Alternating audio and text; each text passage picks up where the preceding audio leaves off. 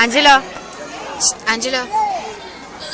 Smile. Brief recap of what this presentation is all about. Kuya.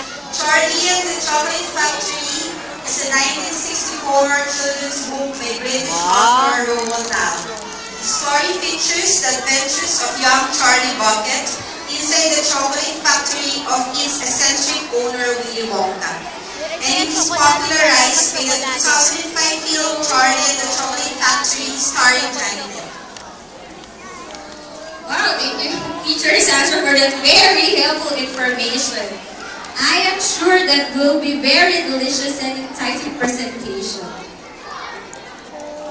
And do you know that this production number will be composed?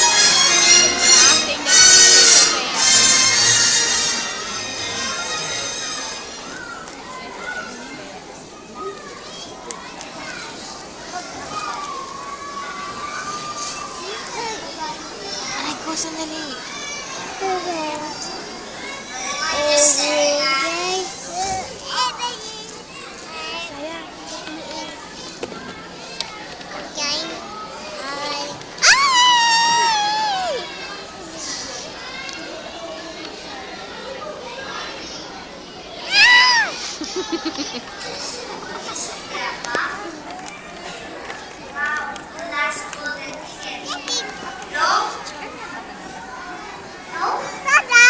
Shh, quiet.